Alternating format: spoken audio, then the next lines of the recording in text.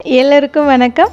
என் பெயர் Naga. Welcome to ஃபுட்மா சமையல். நம்ம ஃபுட்மா சமையலில் என்ன சமையல்னா ஒரு லஞ்ச் பாக்ஸ் ரெசிபியை தான் இந்த வீடியோவில் பார்க்க போகிறோம். ரொம்பவே சிம்பிளாக குயிக்காக, அதே சமயத்தில் நல்ல டேஸ்ட்டாக புதினா புலாவை குக்கரில் ஒரு 15 நிமிஷத்தில் எப்படி பண்ணலான்னு பார்க்கலாம்.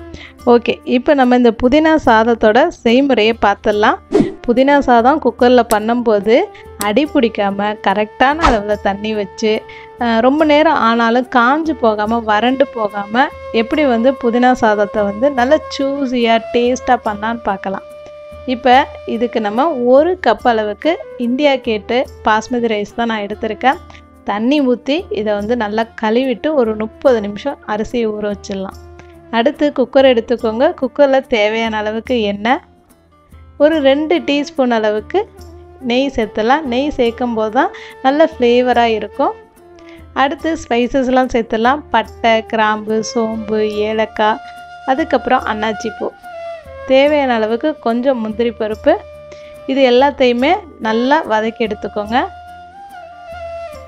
அடுத்து நறுக்கிய பெரிய சைஸ் வெங்காயம் நீல வாக்கில் நறுக்கி இருக்கணும். வெங்காயத்தை ஒரு கண்ணாடி பதம் அளவுக்கு வதக்கி எடுத்தால் போதும். இப்போ இந்த வெங்காயம் வதக்கிட்டு இருக்க சமயத்திலே நம்ம புதினா சாதத்தோட மசாலாவையும் அரைச்சி எடுத்துகிட்டு வந்துடலாம். இதை மிதமான தீயிலே வைங்க. அடுத்து ஒரு 4 பல்லு பூண்டு, ஒரு சின்ன துண்டு இஞ்சி, காரத்துக்கு 2 பச்சை மிளகாய், அடுத்து 1/4 கப் அளவு கெட்டியான தயிர் சேர்த்துக்கோங்க. அதிகமாக தயிர் புளிக்காத மாதிரி பார்த்துக்கோங்க. அடுத்து 2 கையளவுக்கு புதினா இலைகள். இப்போ இதை தண்ணி ஊற்றாமையே அரைச்சி எடுத்துடணும். அடுத்து நமக்கு வெங்காயமும் நல்லா வதங்கியிருக்கும். இப்போ அரைச்ச புதினா பேஸ்ட்டை சேர்த்துட்டு ஒரு 1 நிமிஷத்துக்கு நல்லா வதக்கி எடுத்துக்கோங்க. அதில் உள்ள இந்த நெய், எண்ணெயெல்லாம் பிரிஞ்சு வர்ற அளவுக்கு கொஞ்ச நேரம் கொதிக்கட்டும். பாருங்கள், மசாலா நல்லா தொக்கு ரெடி ஆயிடுச்சு. அடுத்து இதில் ஒரு 1/2 கப் அளவு தண்ணி சேர்த்துக்கோங்க.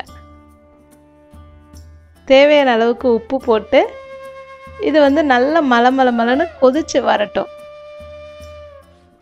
கொதிஞ்சதுக்கப்புறம் அரிசியை கம்ப்ளீட்டாக தண்ணியை வடிச்சிட்டு சேர்க்கணும். அப்போ தான் தண்ணியோட அளவு சரியாக இருக்கும். அடுத்து 1/4 டீஸ்பூன் அளவுக்கு கரம் மசாலா தூள், கொஞ்சமாக புதினா இலை, எல்லாத்தையும் நல்லா கலந்து விட்டுருங்க.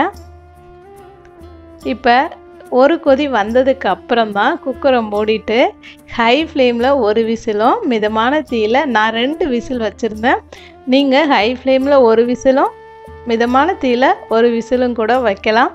ஆனால் நான் இன்றைக்கி மிதமான தீயில் 2 விசில் வச்சுருந்தேன். ஓகே, புதினா சாதம் ரெடி ஆயிடுச்சுங்க. இந்த அளவுகளில் வாரத்தில் 1 முறையாவது இந்த மாதிரி ஒரு ஹெல்த்தியான வெரைட்டி ரைஸை வீட்டில் பண்ணி கொடுங்க. நன்றி.